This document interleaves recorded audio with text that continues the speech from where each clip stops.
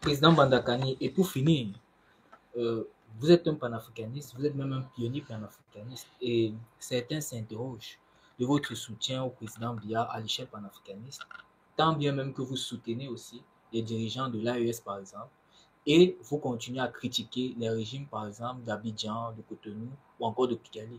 Président Bandakani, que répondez-vous à ceux qui pensent ainsi? D'abord qu'ils aient fait des cours élémentaires de panafricanisme. Qui se souviennent qu'il y a 15 ans, 16 ans, quand nous on se levait, qui se souviennent quel était leur camp? Quel était leur camp? C'est bien de rappeler le caractère pionnier de notre démarche. Deuxièmement, vous avez bien fait de citer quelques régimes. Abidjan, Kigali, Cotonou, et quoi encore? C'est ça, ces trois régimes-là. Lomé. Lomé. Ok. Prenez Abidjan.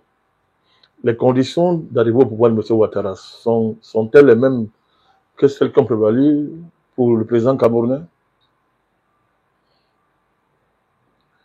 Et ça, c'est un petit argument, c'est un petit facteur dans la détermination des rapports qu'on peut avoir avec ces différents régimes. Qui peut nier que le régime de M. Ouattara était l'acte inaugural de la recolonisation de l'Afrique?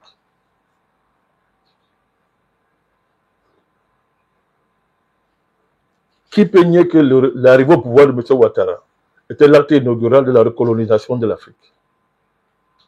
Est-ce que l'arrivée au pouvoir du président Biya était l'acte inaugural de la colonisation de l'Afrique?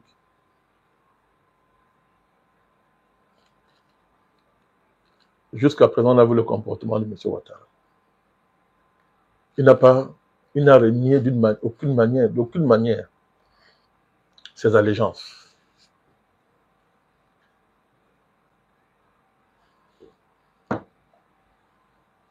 Kigali. Les conditions de l'arrivée du président Kagame au pouvoir sont les mêmes que celles du président Biya. Il arrive au pouvoir sur la base d'un génocide. Il sert aujourd'hui de cheval de Troie pour la balkanisation de la RDC et le pillage de ce pays. Et par là, le blocage de l'avancée du continent africain. C'est la même chose pour le président Biya. Cotonou, c'est incroyable. Qui ne connaît pas qui est le président Talon? On ne le connaît pas. Dans quelles conditions il est arrivé au pouvoir? Et qu'est-ce qu'il fait de son pays? Une base arrière de la France. Ouvertement. Est-ce le cas pour le Cameroun? Est-ce qu'on parle du Cameroun pour déstabiliser un pays voisin? Non, je pose des questions simples. Les présidents qui sont pas là, ils veulent nous donner des leçons de combat panafricaniste. Ils osent même avoir ce courage. Mais on regarde certaines choses, on laisse simplement parce que ça fait partie.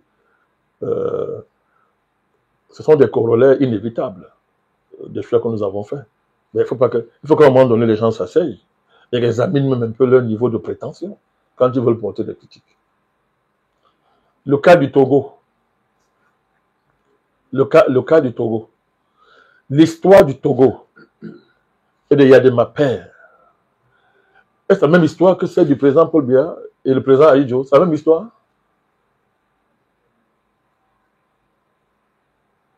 Alors, et maintenant, qu'est-ce qu'au fond Yadema fait que le président Biya n'a pas fait? Maintenant, il a créé un média. Il y a un média panafricaniste, soi-disant, qui... Nous savons que c'est lui qui est derrière. Bon, ok, si on dit que c'est bon, mais qui aurait été le précurseur dans ça? Que le pays précurseur dans ça? Le Seigneur, le Cameroun.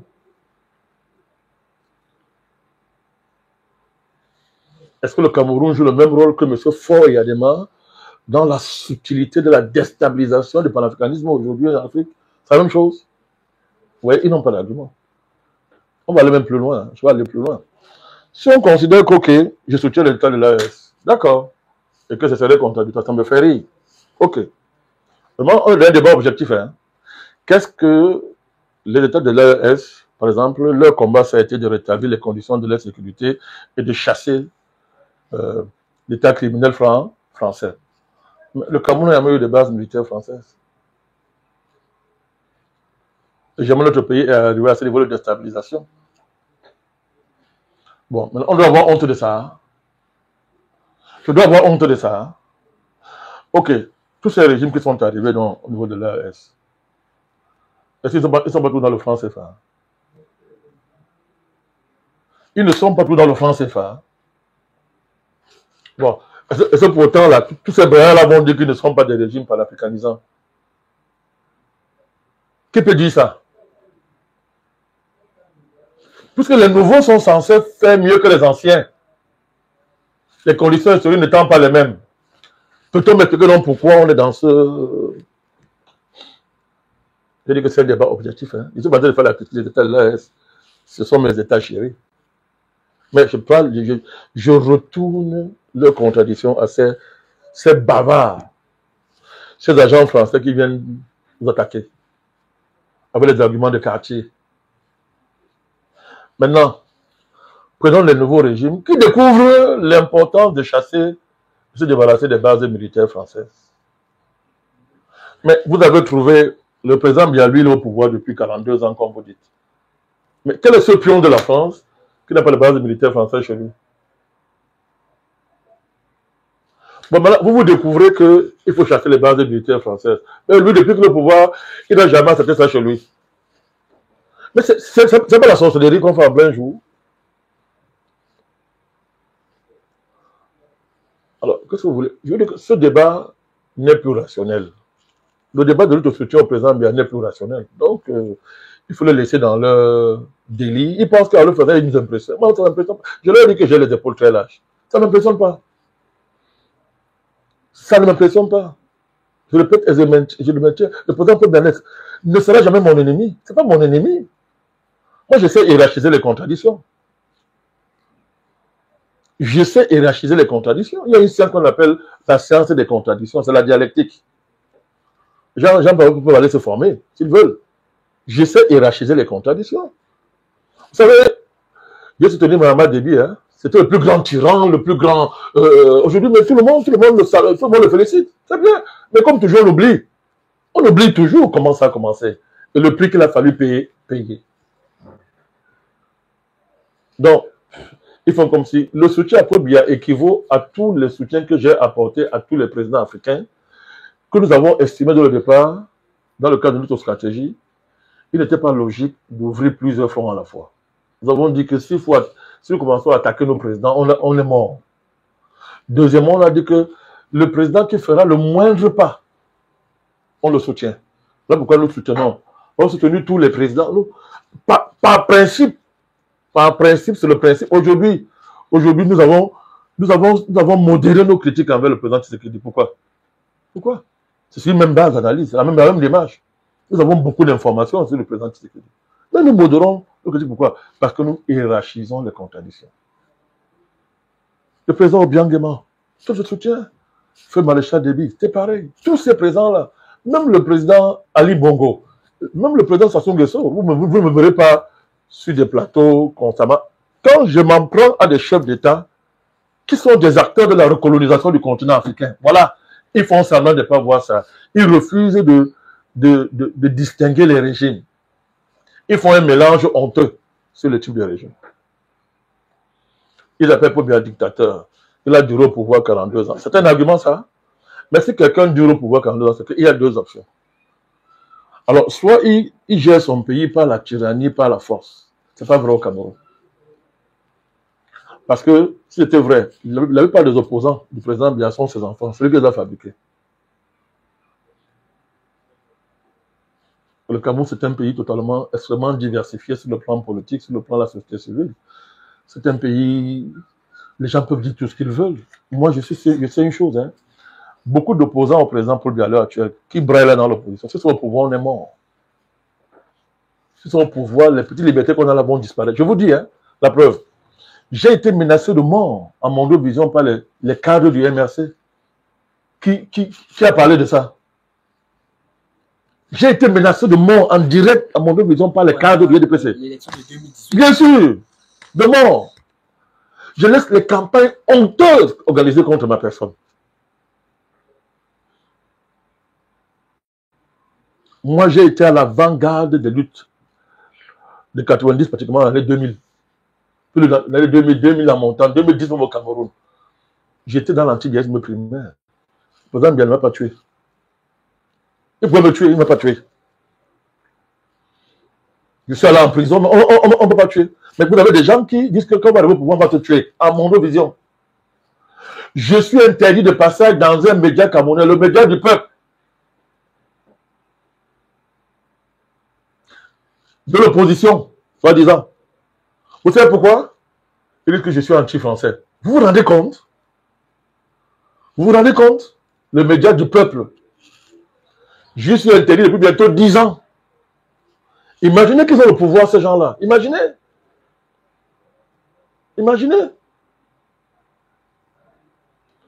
Le président n'est jamais allé tuer un opposant hors du pays parce qu'ils avaient des conflits de tous les débats. Je sais, on va convoquer Guérandi. Mais Guérandi a pris les armes contre son pays, alimentait des déstabilisations contre son pays depuis le Burkina Faso. C'est connu. Mais on mit ça. Donc, deuxièmement, j'ai déjà dit qu'il n'y a pas de dictateur dans une néocolonie. Si je ne suis pas d'accord avec ça, le débat ne sert à rien. Si on dit qu'il y a un dictateur dans une néocolonie, moi, le débat ne sert à rien. Vous m'avez vu un jour dire que Ouattara, c'est un dictateur. Il n'a même dit ça. Il dit que c'est un sous-préfet. La nuance est de taille. Je dis c'est un sous-préfet. C'est un agent de l'étranger. Je ne veux pas l'appeler dictateur. Moi, je suis constant et je suis cohérent dans mes positions. Je suis constant et je suis cohérent. Donc, mais écoutez, vous savez, les étiquettes qu'on aime, quand on n'a pas l'argument, on vous colle les étiquettes. Moi, ça ne me gêne pas. Ça fait partie du fardeau à porter. Ça ne me gêne pas. Ben, on sera toujours debout pour déconstruire leurs arguments. Ceux qui sont sérieux comprendront nos arguments. Ceux qui ne veulent pas les comprendre, qui restent dans leur camp. Moi, je ne suis pas un prosélyte. Je ne cherche pas à recruter les gens qui restent dans leur camp. C'est tout. Merci, Monsieur le Président, pour ces belles analyses que vous avez partagées avec le monde entier. Ils étaient très nombreux sur notre plateforme. Nous voulons saluer quelques-uns. Monsieur Stéphane Yassa, Madame Sylvie Minkada, Madame Pauline Schweizer, Madame Beldam et Madame Tina Messina. Beaucoup de femmes qui vous suivent également de manière assidue. Je les salue tous, même les ennemis. Je les salue. Voilà, c'est avec ces propos que nous mettons un terme à ce direct. Nous disons merci à tous ceux-là qui nous ont accompagnés. Nous disons merci à l'équipe technique. Nous disons une fois de plus merci, Monsieur le Président, d'avoir disposé du temps pour éclairer la lanterne, l'opinion publique nationale, africaine et même mondiale. Ben, moi aussi, je vous remercie pour votre disponibilité logique, intellectuelle et technique. Une fois de plus, je salue tous ceux qui nous accompagnent dans cette aventure. Le futur sera très, très meilleur. Très, très meilleur. Et comme je veux que le dire, les choses ne se passeront pas comme les gens l'imaginent au Cameroun. C'est avec ces propos que